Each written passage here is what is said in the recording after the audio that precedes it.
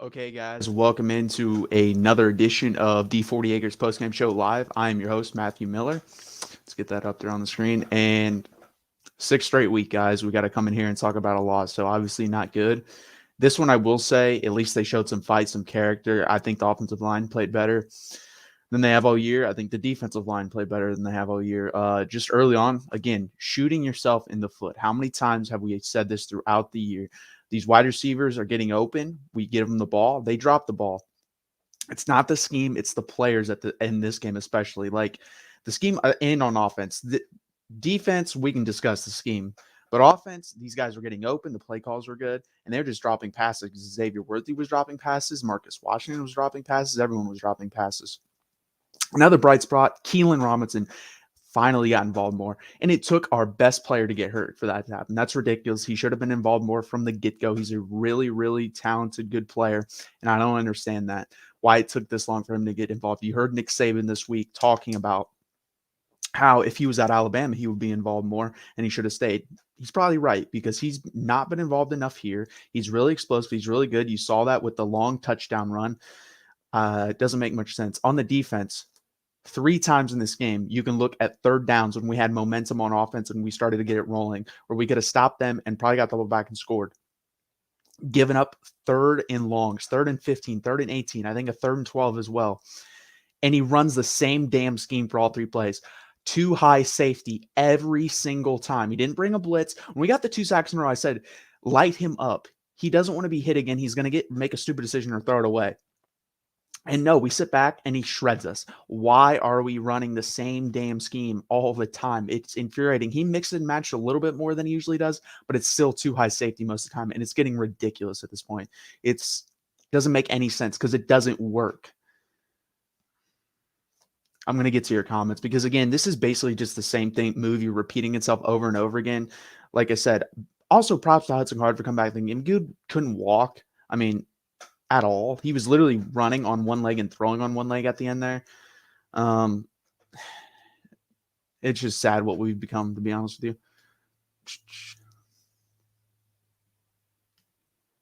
DMS 1983, been a Texas fan since 1903, and it's the worst team I've ever seen. I've really been watching since like 2003. So, I mean, I don't know. Those Charlie Strong teams are pretty bad. I think it's just it is. It's one of the 3 worst for sure. Leo. Yeah, 100%. Defense coordinator is awful. I talked about this with Mark. If you haven't watched that, it's on the channel here. He broke it up in a couple segments. I talked about it. If we can't get Jimmy Lake to marry the secondary with the front we're trying to play, I think PK needs to be fired. I personally wanted to keep, like, if there was tiers to this, I wanted Barry Odom was my number 1. Number 2 was Muschamp, and then number 3 was Ash. I think if we didn't get those 2, we should have kept Chris Ash, and it's kind of showing. Our defense has regressed a lot. The tackling has gotten worse. Like I said, going into the Kansas game last week, we were the 2nd worst tackling team in the Big 12. Kansas was the worst. After last week's game, I'd have to check the stats. I'm sure we're worse because Kansas out-tackled us in the game last week. And then there was obviously some quit as well the last couple weeks. Today I didn't see that as much. They did play a little bit harder, but it's just like you got to get out of your own way at some point. Wide receivers, you have one job on the team, like one really important job. Guess what it is? To catch the ball. You got to be able to catch the ball to play wide receiver, and you're dropping these passes that should be caught, and you're not helping out our quarterbacks. Our quarterbacks are not good enough for our wide receivers to be dropping this many passes. They don't make enough plays on their own. I will say Hudson Card, again, showed improvement in the pocket. His presence looked better. His footwork looked better. So he's making improvements. The problem is with both the guys, there's not enough consistency. These guys seem to play up and down instead of just being an even keeled. I would take a guy that plays a B minus the whole year over a guy like Casey Thompson, who seems to either play an A game or a freaking D game. Like, there's no in between with him. So it's going to be interesting.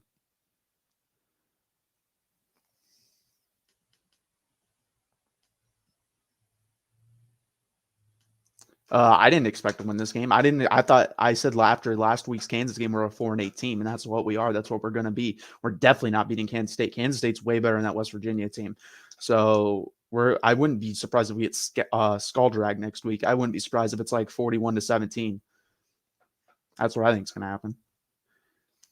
And Jay, I disagree in this game. I agree. Kansas, there was a lot. They showed a little bit more heart today, a lot more heart. And especially there's specific guys on this team that definitely show heart. There are other guys that have quit. They're 100% absolutely. And you'll see those guys enter the transfer portal and leave. And that's a good thing. We don't want quitters on this team.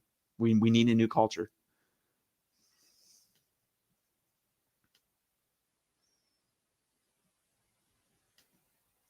1989, 1997, 2016. The only one I ever saw in my lifetime was 2016. And yeah, that was a god awful team. That was a team that lost. If you go, obviously they lost to Kansas. They also lost to a really bad, they got blown out by a really bad TCU team when they were specifically playing for the head coach's job that they said they liked. And they got blown out by it. I think 7-5 TCU team, maybe 6-6. So that's pathetic. That team I think is worse than this team personally. I think this team would beat that team, especially just because I think Sark would scheme up so much against that Texas defense. That Texas defense was terrible. I will say, it improved from what it was at the beginning of the year to the 2016 team because Charlie Strong took over and it got a little bit better, but it still wasn't good.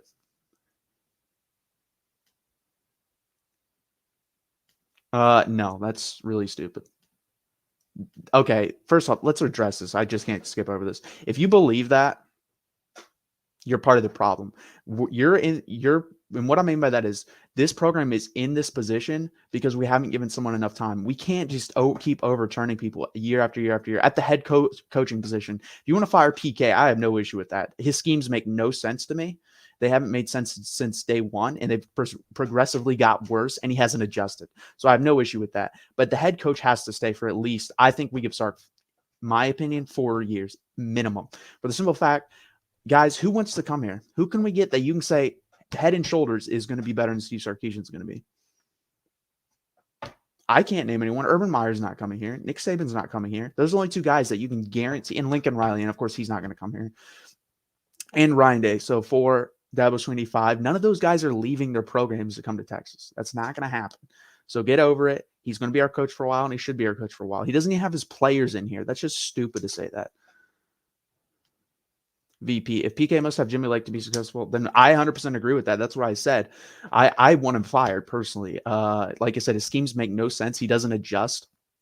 Like I talked to Mark earlier in the week. I basically said he plays this defense where he allows you 5 to 7 yards per play. If you want to take it, he's not going to allow the kill shots downfield. And then he expects to stop you in the red zone. The problem is he's not stopping anyone in the red zone now. Early on in the year, we kind of were doing that. Now it's you get those 5 to 7 yard chunks and then you score a touchdown. That's what Kansas did. Kansas was 7 of 7 in the red zone for touchdowns. So if you're allowing them to march down the field, take up time off the clock, and not preventing touchdowns in the red zone so your offense can outscore them by touchdowns while they kick field goals, then you just need to go the Todd Orlando route and just blitz the hell out of them. I'd way rather have that. At least it's an aggressive mentality, and in my opinion, would keep the guys more engaged. That it doesn't make any sense to me. It's a stupid scheme. I don't like it. I want him gone. And like I said, I'll give him, if he wants to get Jimmy Lake and say, hey, listen, the secondary coaches don't know what they're doing to marry my front 7 with the back 4, then fine. He can use that excuse, bring on Jimmy Lake. And if it doesn't get better next year, fire them both. But if he can't use that excuse and there's no chance of getting Jimmy Lake, bye-bye. And Jeremiah, I agree with this. Carter's been playing better every game, whether he thinks or not. He's made little improvements. He hasn't gone from like a D+ quarterback, which he was at the beginning of the year, C- to like an A+. You're thinking Heisman type stuff. He's made little incremental improvements throughout the season. His pocket presence has gotten a lot better, especially in this game. Now it was impressive. His footwork has gotten better. His decision-making needs to get a little bit better. He also needs to get rid of the ball a little sooner because that's kind of why he got hurt. He holds on to it a little bit too much. Holy crap, we didn't just hit rock bottom. We drilled in the core of the earth. Yeah, we did. Yeah, we did.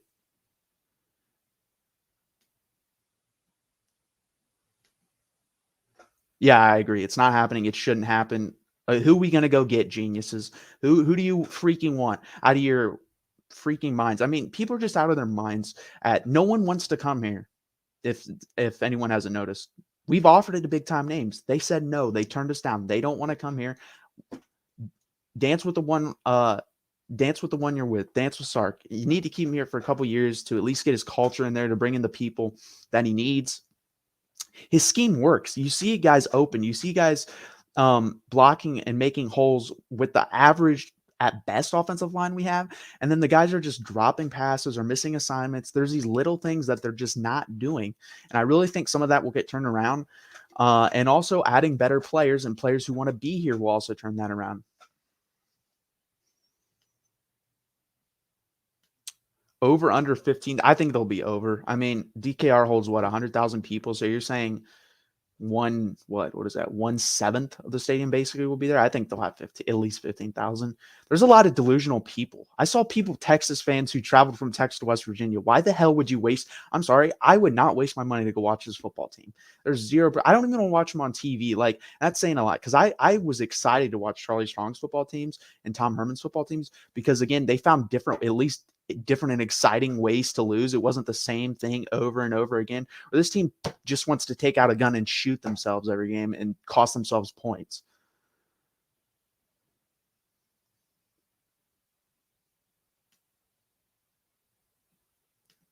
Darkness 7256. Bijan should sit out next year and prepare for the NFL draft. And we should use Keelan as our main back next year. He's too good not to be. Okay, well, you can use him as a wide receiver. That's actually what he's really good at. That's what's so frustrating, is there are multiple ways you can use him. You can use 2 running back sets. We just don't do that. And Bijan's not going to sit out. If you've seen his tweets, if you've seen what he said, he's playing next year. He's fully committed. So is Xavier Worthy.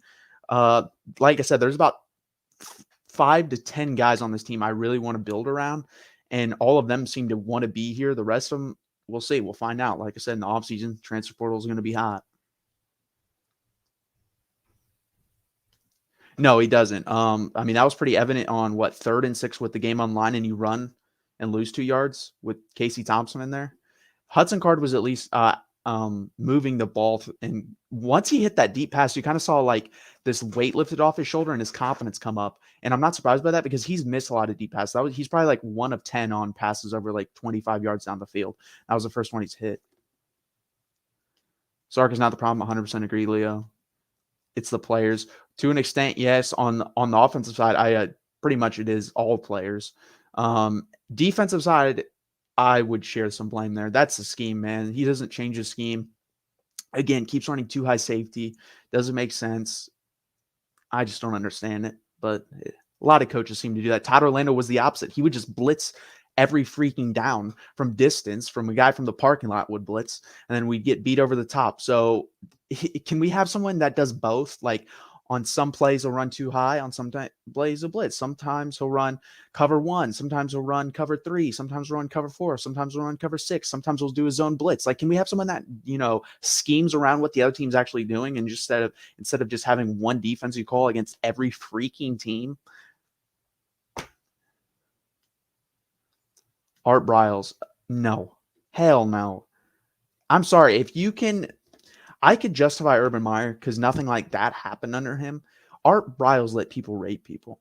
No, not good on that. Steve's guys Worthy and Robinson only. I mean, Bijan Robinson is technically not a Steve Sarkisian guy, but fanatic perspective, obviously, I bet a lot of you guys watch them. I agree with what he says on there. Like, if they stay after this year, none of these guys are Tom Herman guys. They're Steve Sarkisian guys. The guys that decide to transfer are the Tom Herman guys. So those are the guys we need out of the program. We need the Steve Sarkisian guys to stay and also keep recruiting them, obviously.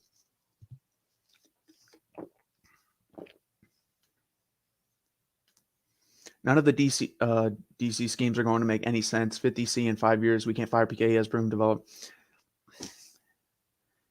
It's just hard for me to believe it's going to get any better, even with his players. It may have worked only in the Pac-12. That's another thing I discussed with Mark. Like, this guy was in the Pac-12 for so long. Who says he just didn't figure out how to play defense versus those guys? And by the way, that's the worst Power 5 conference by a lot. It's not really close. And who says he just didn't figure out the formula and game plan to scheme against them, and then coming here, he has no idea what to do? That's a very big possibility that could be happening right before our eyes. So I don't know. I think we should fire him personally, but like I said, it's like, if we keep him, you can convince me. But the thing is, guys, what if he struggles like the first 3 or 4 games next year, the defense does? Then do you fire him? So then you wasted a whole offseason with him, and then you fired him 3 to 4 games in. So if you're committed to him, he has to be the defensive coordinator all the way through next year, even if we struggle. That's what you have to say, because if you're not willing to do that, then you should fire him now and build around a new defensive coordinator that can use the offseason. The offense isn't working because we don't have the players to execute it at a high level. Look at the couple players who are capable of executing at a high level. CJ Xavier Worthy, best freshman year as a wide receiver in the history of Texas football. He's probably going to beat or tie Jordan Shipley's touchdown record of 12 in a year as a freshman. Bijan Robinson, behind a terrible offensive line, halfway through the season was a top 3, probably a Heisman candidate. We just don't have the players right now.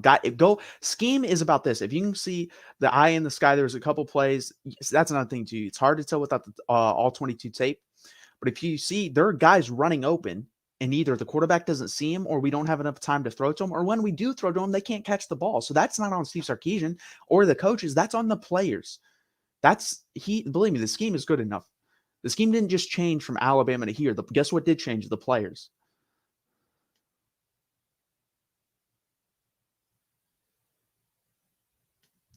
Yeah, I agree. And I think he got some of that. He looked really good after he threw that touchdown. And again, his pocket presence was a lot better. His footwork was a lot better.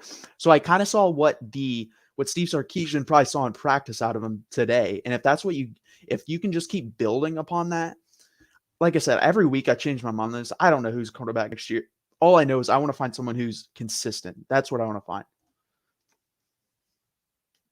That's true too. Fresh out of high school, he's learning this game. I mean, not fresh out of high school, it's his second year, but basically first year of real college football action, and he's learning probably a very complex scheme, and a very good scheme.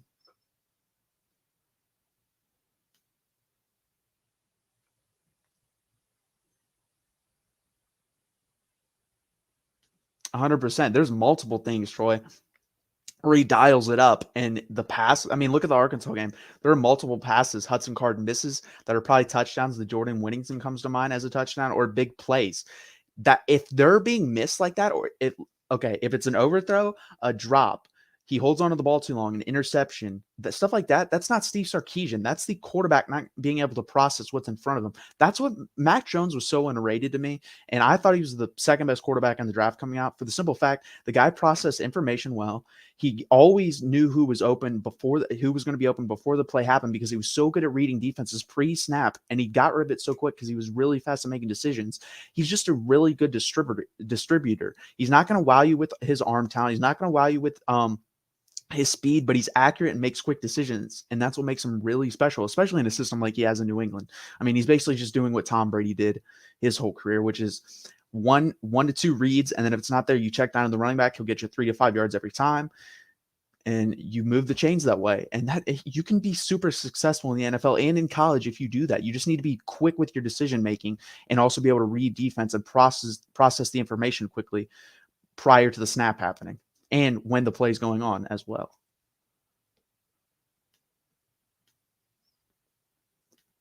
Portal.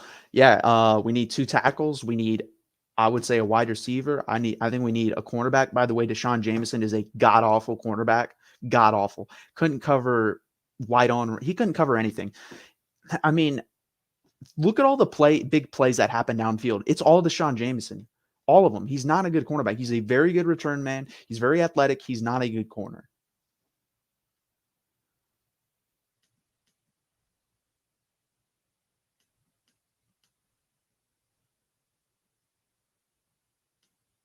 I see the same thing on the offense. If not, Sark, what do you see Casey doing for his future at UT?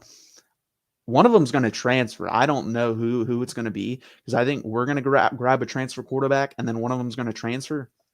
My guess it's going to be Casey, for the simple fact to me, that was kind of, I mean, he said he wasn't going to play Card today, and then he pulled the trigger pretty quickly.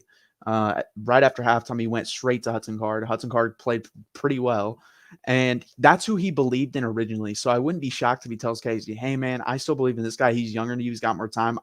I'm going to start him next year. You need to transfer. We have been given quarterback Ronald Demir by every team, but just because he doesn't like that, I agree with. That they should definitely do it more. And again, is that Sark, or is that because they're afraid? There's some instances where, especially early on, Hudson Card was just indecisive and also may have been scared of getting hit. Casey Probably. He probably told him not to run. And maybe that's because he didn't trust Hudson Card. I don't know. I'm not in the room, so I'm not 100% sure on that. Portal.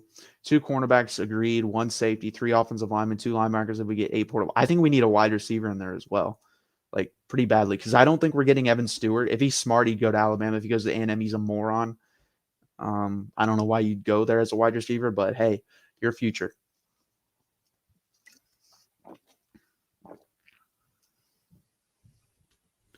Same here. Card stays. Yeah, I think he just believes in Card more, and Card's got more time. I think he's got a higher ceiling, so I think that's who we're going to end up going with. I said last week, Casey. Like, every week it changes just because these guys are so inconsistent. And I think they both have talent. I think they could both, if taught well and progressed well, could probably play in the NFL or get drafted at least. And I just believe I'm basing it now based off what Steve Sarkisian did in the offseason. He believed in Hudson Card. He made him the starter right off the bat.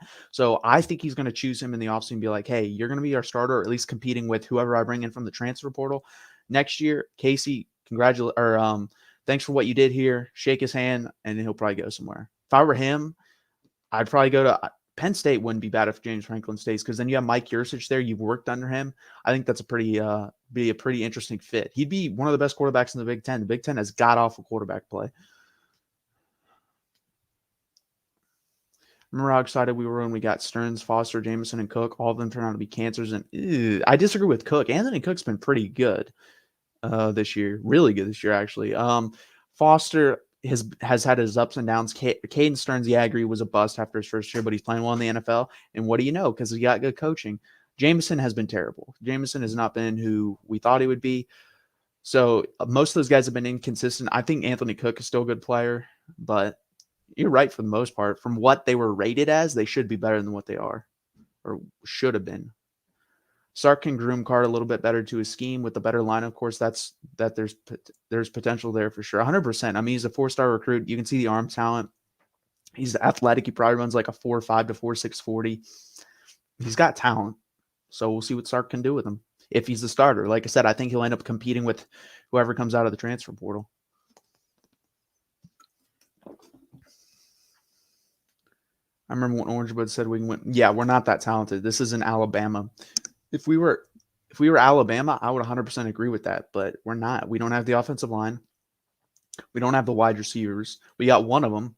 But if you look at the elite programs, guys, their wide receivers room, they have at least 4 guys. So if one guy goes down, the guy behind him is just as good. Like 4 really good players. There's some other players after that are good, but they have 4 solid wide receivers that they can go to. I mean, Ohio State has 3 NFL first-round players at wide receiver: Garrett Wilson, Chris Olave, and Jackson Smith and Jigba. And then Alabama, obviously, when they were rolling, they had Jerry Jeudy, Jalen Waddle, Henry Ruggs, and Devonta Smith. And then they also have John Mechie, who's pretty good. And now they have Jameson Williams. So it's just a factory. That's what we need to get to. We have one of them. I think Brennan Thompson has the capability of being the other one. I think Evan Stewart was smart. He'd probably come here in Alabama, and he could be that type of guy. Like I said, if he goes to A&M, it makes no sense. They don't throw to their wide receivers. Demas over there was a 5-star recruit. I think he was the number 1 rated wide receiver coming out of high school, and he's barely played. So I don't understand that process, but whatever.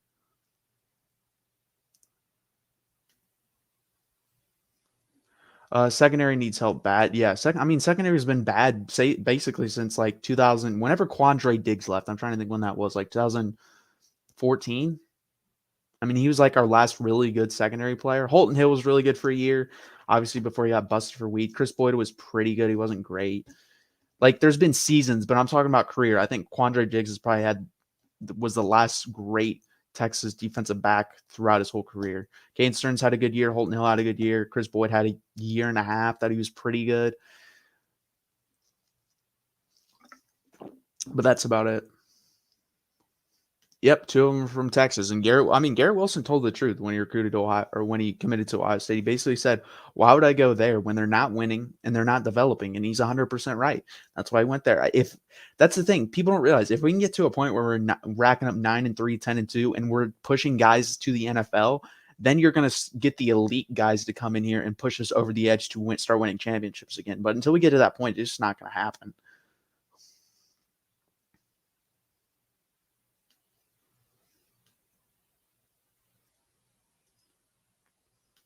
CJ McDonald. So when we start prepping for Bama right now for Bama next year, basically as a boy, yeah, might as well. We're still gonna get our ass probably kicked unless we have like keep this top 10 recruiting class and then bring in a lot of transfer guys. We're probably gonna get beaten that game by 3 touchdowns, which isn't shameful because they're really good and they're gonna be even better next year just because that offense is basically all gonna be back.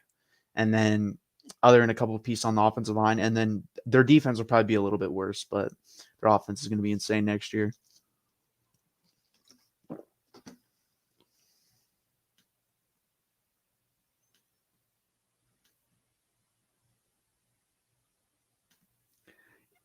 Is Jimbo that good? Half a decade, maybe more, and has 3 L's and got Bama's worst team in a decade. I don't really understand that question. What you mean by that? DB was a long. Yes, it was very long time ago. That was the days of Michael Huff, Michael Griffin, Aaron Ross, Nathan Vasher, all those guys. Yeah, those days have long been gone. We need them back badly.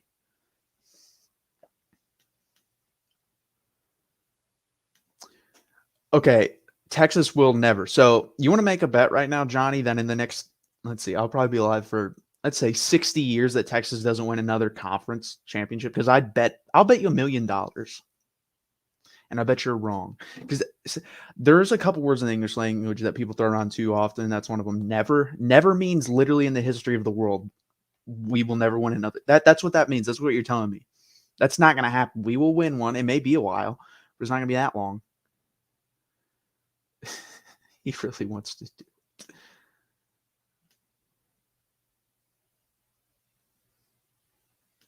If Sark, yeah, I agree with that because Sark can scheme and he knows some of the weaknesses that they're going to have.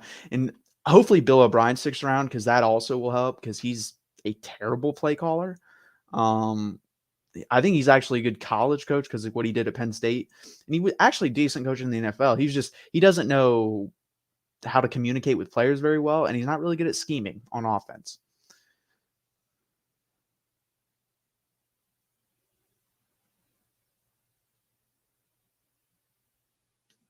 That too. I agree with that. We need to get some 3 stars that play with heart. I mean, Josh Jacobs at Alabama was a 3-star.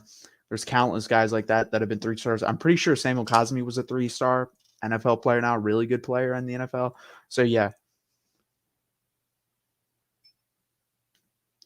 Yes, Johnny, but do you not understand you're saying ever. That mean never. I mean, so you're saying in the history of the rest of our lives, we'll never win one. That's like the dumbest thing I've ever heard. That word again, you better be right. Like, don't throw that out there unless you're going to be right when you're not going to be right. She's not. Imagine if you told Alabama fans that in 1990, like what, 9? You would be saying the same thing. They were god awful, terrible, disgusting. Mac Jones was a 3-star. He was. That's what I'm saying. There's hidden gems there. You just have to find them and develop them.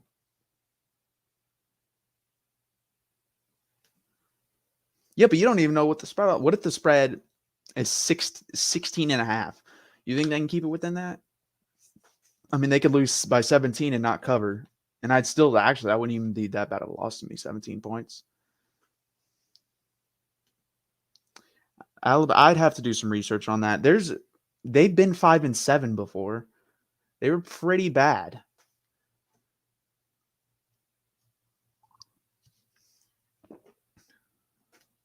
The Birds word. Texas will be in the SC for a decade. They will even go. I mean, they could do that now, and that wouldn't. I mean, they'd probably benefit from that a lot. They'd make more money.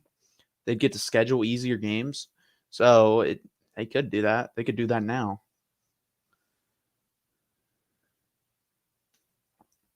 Texas 4-5. Oh, 100%. Stars don't matter if you don't develop them because you're just saying basically what stars are or how good you are in high school for some of them, but most of them are what they see you could be, what they see your talent becoming, like what your ceiling is. And the thing is, if you don't get any better coming out of high school, it doesn't matter. If a 3-star progressively gets better every year and stays to his 4th year, he's going to be better than the 5-star who came out of high school and has stayed the exact same 99% of the time. That's just how it works. Yeah, they were terrible. So I don't know what he's talking about. I'm pretty sure they had, just for that, I'm going to check Alabama's record during the 90s. But also, yeah, try beats talent. Maybe not every debate, but any day of the week. Screw the 5-star bullshit means nothing of you. I mean, yeah, I agree. I would rather get 5 stars and then bring out the best in them because I mean, look, that's how you win national championships. Don't get it wrong. Like if you look at the past 15 national championships won, every one of them other than one, I think, over a 4-year stretch had a top 10 recruiting average. I think Clemson was the only one that didn't. So recruiting does matter, but you also there again, if you look down every like national championship roster, there was always 1 to 2, 3, 4, 5, by a handful of kids that are like 3-star recruits that the coaches saw something in them, brought the best out of them, and they were really good.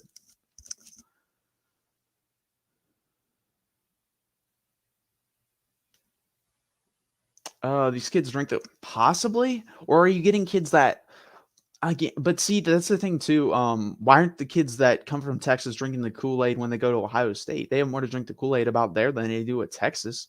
So I don't know. I wouldn't say A&M was bad. They were just a really average program. But yeah, he made them what they are today.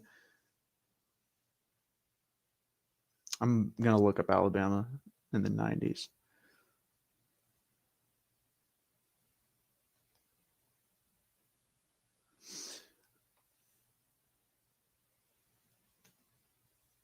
Yes, Alabama had a sustained period of suck too. Like I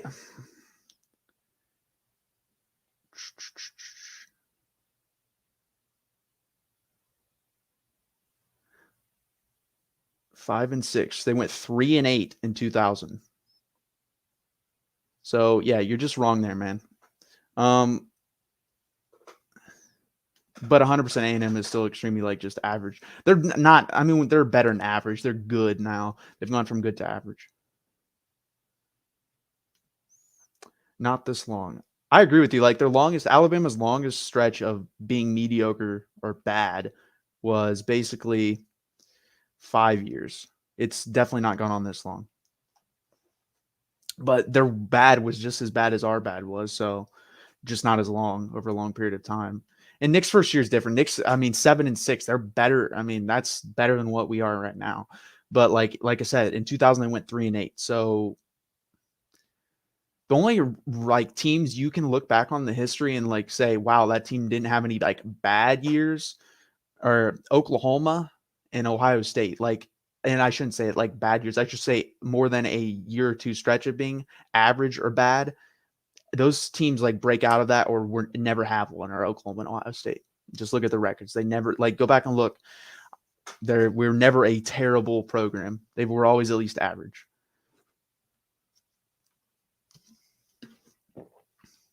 The second best player on Texas defense was a fifth string receiver transfer from Oregon. I don't know if he's our second best player, but I will say he probably gives the most effort on defense. The last 2 weeks, especially, he's been. I think he might be our leader on defense. I don't know. He might be. Nah, you could. I think you could make an argument he's our third best player. He's not our second. I think Anthony Cook and DeMarvion Overshawn are better players personally, but he's definitely. I think he puts in the most effort out of everyone on defense.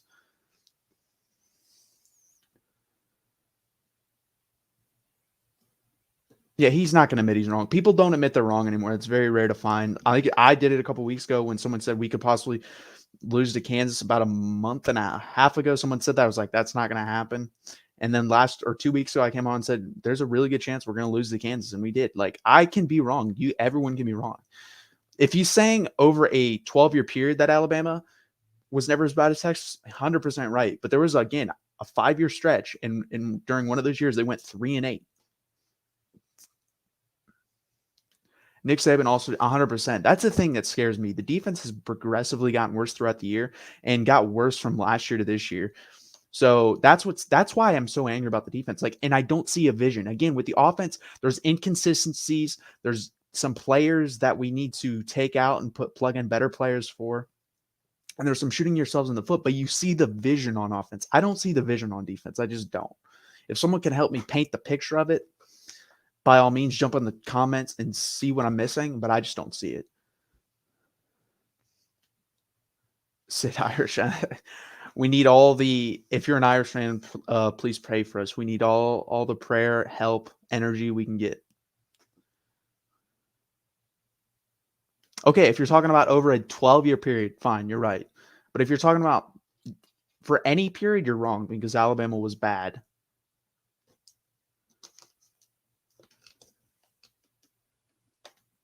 I felt bad for you during the chance. I knew we were going to lose when we went down 14-0. I was like, we're going to lose. We're going to lose. And then then of course we come back and then again down 35-14. Again, I never felt the game was out of reach. I always thought it was going to come down to the wire like that, but they were going to win. There was just no way they weren't going to win that game. Texas just doesn't have the fight to pull out a game like that anymore. By the way, I was wrong. Let me say this. So I said Oklahoma State wasn't a great team, and I stand by that. They're not a great team. But the good thing or bad thing, depends how you look on about college football this year. There's only one true great team. I think Ohio State has a chance to be that second one. So possibly two great teams. So that means you're going to put two teams or good teams. I'm going to say good teams, not they're not two good teams in the playoffs. So Oklahoma State is definitely a good enough team to be in the college football playoff. They've got to go out and beat Oklahoma. And this is probably, I thought this last year, if you guys can't beat them this year, I don't know when you're going to beat them. You have to beat them this year. You have a better team. Your defense is spectacular. I think it's a top 5 defense in the country. So you got to beat Oklahoma this year. And if you do, you have a real shot at making the college football playoff. I think if you have your one loss and you win the Big 12 championship and it's you versus Cincinnati, you'll probably get in. So, and I like Mike Gundy. I don't hate Oklahoma State. So they're kind of one of those teams where I'm just indifferent on. I don't really have an opinion on them, to be honest with you.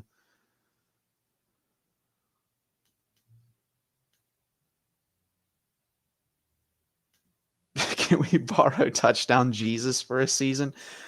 I think we may need him for more than this season. We may need him for like a decade.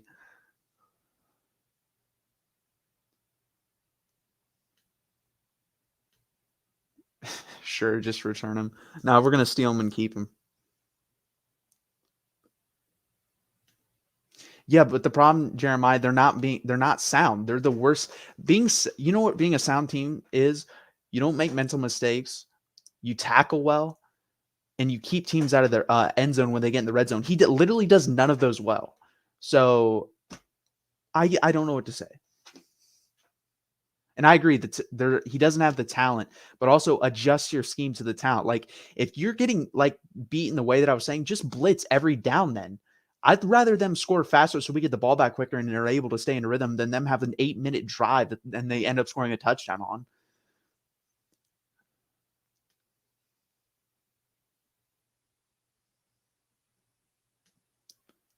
Ooh, I don't know about that. I don't know, but I think Ohio State would wipe the floor with them now. I don't think Oregon's that good. I thought they've been overrated the whole season. I thought them and Notre Dame have been the two most overrated teams. And I was wrong on Notre Dame. I still think I'm right on Oregon. I'll hold out hope on that one. We'll see, though. I don't know. Utah always tends to choke, so we'll see. I agree it's going to be hard to beat them twice. But, again, the Pac-12 is just – there's not good football out there. There's just not. I have no interest in watching that conference play football.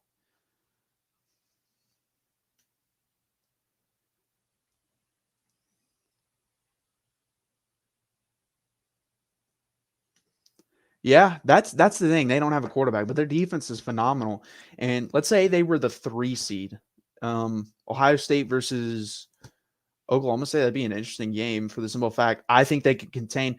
The key to beating Ohio State is getting pressure on CJ Stroud. If you get pressure on him, he'll make mistakes. He still has that tendency. But the problem was when I was watching the Michigan State game, the little bit that I did watch, that guy had all day to throw. And when you have all day to throw with those 3 guys at wide receiver, and then you have Travion Henderson in the backfield, like you're going to kill people, man. So you got to get pressure on him. Their defense still isn't that good. Michigan State's wasn't able to test that because they have a god-awful quarterback. Like Spencer Sanders compared to Michigan State's quarterback is like it's like Joe Montana and freaking Jimmy Clausen.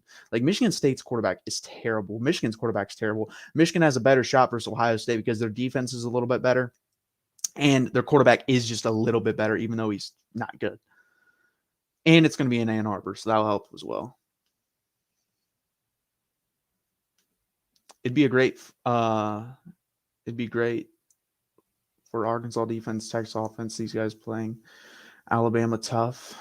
I don't know what that means.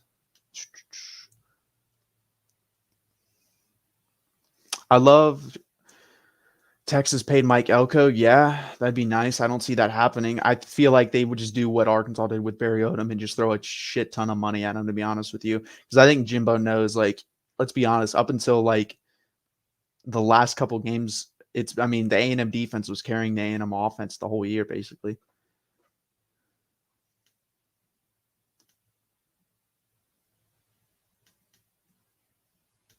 That's 100%, but that's exactly why they're in the top 5. But let's be realistic here. Oregon hasn't gotten better in my opinion, at all since that game. They brought back Thibodeau, but their defense still isn't great with him. Like, I think Justin Flo injury hurts a lot, but Ohio State has gotten worlds better. Again, if Thibodeau, that could be the difference. If Thibodeau could wreck the game and get to CJ Stroud like 3 to 4 times, they could probably beat Ohio State, but I just don't see that happening. And if you don't get to him, man, they could beat Georgia if they could keep him out of the Jordan Davis from getting to, and those other guys from getting to CJ Stroud, because they have the wide receivers to beat those corners. I mean, Mike Elko is not a bad name. Brent Venables not coming here. He loves it at Clemson. That's why he hasn't taken a head coaching job. I think Will Muschamp, I would just see again. The only reason he didn't take the job is because one of his kids goes to Georgia. I don't know when they're graduating. I mentioned that in last week's post game. Those two are like come straight off the bat, off my mind, off the top of my head right now. I don't know. That's a good question. Again, the coaching search will be interesting if we do decide to fire PK.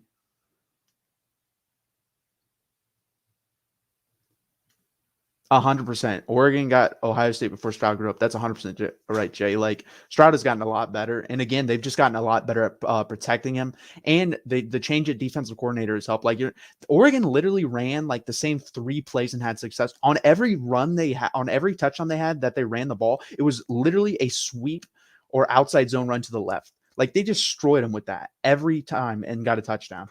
And I believe one of the running backs, CJ Verdell's out now for Oregon, so that hurts them. I mean, Justin Flo didn't play in that game, and he wouldn't play in a rematch. And CJ Stroud's gotten better, so I just don't see it. I don't think they'd beat him.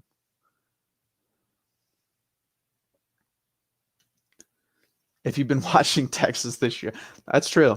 Couldn't be much worse. But again, if I didn't have to do this post game, I would have turned that game off halfway through because I knew the result. This team, it's literally the same thing every week. That's why I hate playing or watching this team, because it's like, again, I said this a couple weeks back. This is Groundhog Day. This team does the same thing over and over again. It's just frustrating to watch. It's literally like if I stood here and you guys just watched me hit my head against the wall like 100 times, you'd be like, is this guy ever going to learn? No. So yeah, why would I volunteer to watch more of that? I'm not going to do that.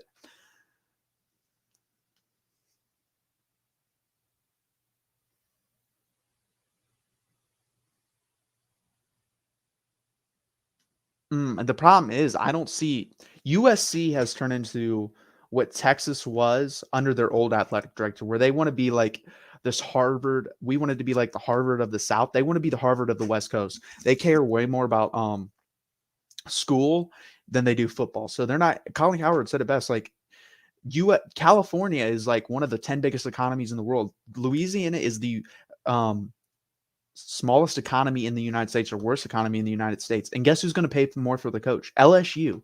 They care way more about football than USC, and USC is not going to throw their money around. So they're not going to get a good coach. They're probably going to end up with, at best, James Franklin, who's going to lead them to 8-4, 9-3 every year. And they're just going to get stuck in this loop of being 8-4, 9-3, maybe 10-2 in the odd year. That's what they're going to be.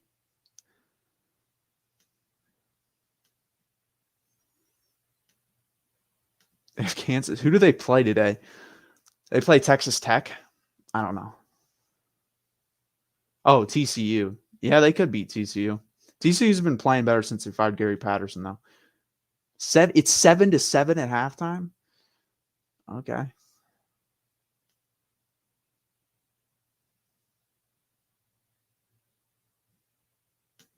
That's a good question. I think maybe next year, which I would love to have him back. If we use him properly.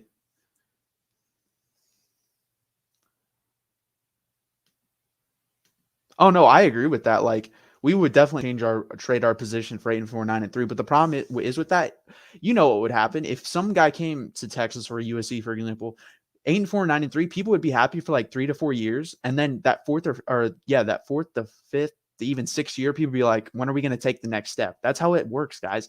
Like that's what's going to happen if Sark comes in here and we go from 4-8 to 8-4 to 8-4 to 9-3. People are going to like, is he ever going to win 10 games? Is he going to take the next step? Blah, blah, blah, blah, blah. People are never happy. So that's just how it works, especially at big programs like this. Like, yeah, if you're taking over a Baylor or a Texas Tech and you're winning 8 to 9 games a year, you get a lifetime contract. At a place like Texas, people are going to be complaining after 2 years of you doing it and being like, when are we going to take that next step to become an elite college football program? That's just how it is. He's only a sophomore. See, with the COVID thing, always confuses me. So obviously got that year. He probably redshirted because he's definitely, I feel like, was at Bama longer than 2 years.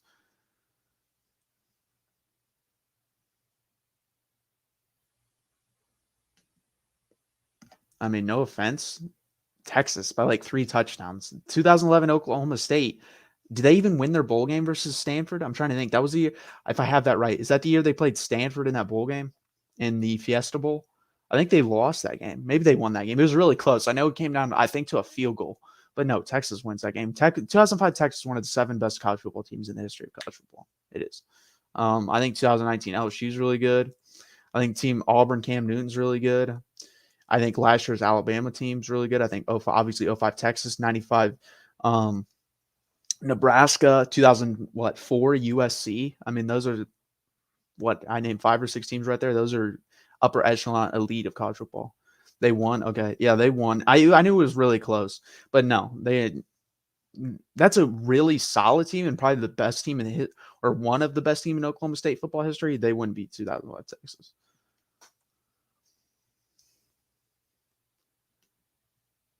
They didn't lose Stanford, apparently. They won. It was close. I just remember it being a super close game. I think someone either won or lost on a field goal, like either line up for a game-winning field goal in that Fiesta Bowl and missed it or made it. I don't really remember. Um, I think would be 5-7 or 6-6.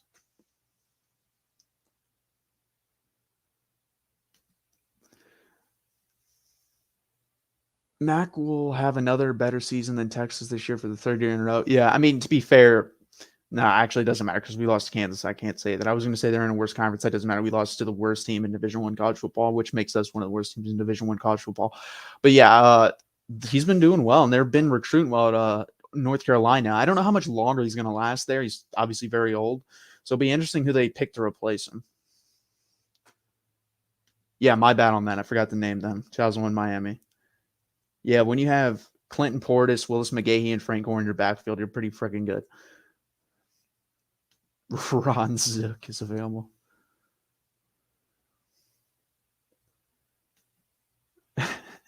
Yeah, they're not very good either, but they're better than us.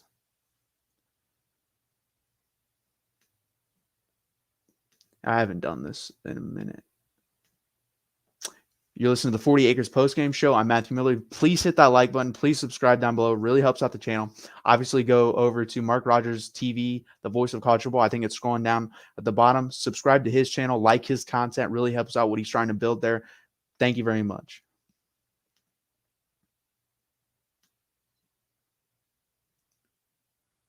%. They're still better. Oregon equals 0 titles. We got a little trash talk on here, huh? We can't talk. I mean, if you're a Texas fan and you're an Irish fan, so you can talk trash because you've been to a national championship game in the last decade. We can't. So 100% they had more expectations, which they shouldn't have had because they lost a lot of really good NFL players. I mean, you lost 2 really good NFL running backs, Javonte Williams and Michael Carter. And then you also lost De'Ami Brown. So I didn't really understand all that. And I believe Surratt, too, the linebacker, he's gone as well. So Sam Howell, I mean, he hasn't played that well this year. I thought he was always a little bit overrated. I never really liked him. He kind of reminds me of Baker Mayfield. Rudy was way off sides in the movie. Sucked. I actually kind of liked Rudy. If Mac had stayed, Texas would have won 7 to 9 games every year. But probably, yeah, that's exactly what was going to happen. He was a good enough coach and recruited good enough players, but didn't hit it on the big time players at the end to where, and the Big 12 wasn't very good either when he took when he was there, and we'd win 7 to 9 games. And that's just the cycle we would have been in. This might be a reach in my opinion. Is it just me that has Oklahoma State become a new Texas from 2000 2009? I mean, yeah, it's a reach because you guys haven't gotten to a national championship of one. In that stretch, we went to 2 national championships, won one. I think would have won 2 if Cole McCoy doesn't get hurt. So yeah, it's a big reach.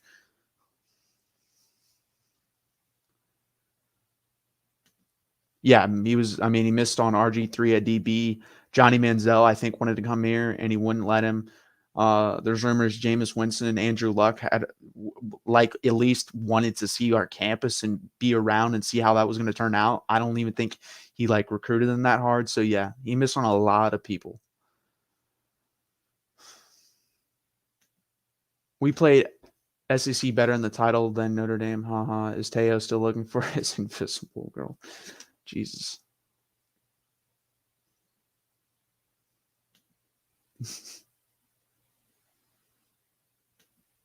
Man, a lot of Oregon had Manziel and Mariota in the same recruiting class. Manziel decommitted because of Mariota. Yeah, I heard about that. Yeah, that's crazy. I mean, I think they still made the right decision because I think Marcus Mariota was a better overall quarterback than Johnny Manziel and obviously had better character. But they're both obviously very good. Both won Heisman Trophy. So I don't think you can go wrong with either one of them. Okay, for you 25 still in here, please hit that like button. Please subscribe. And for you Texas fans, they always go up.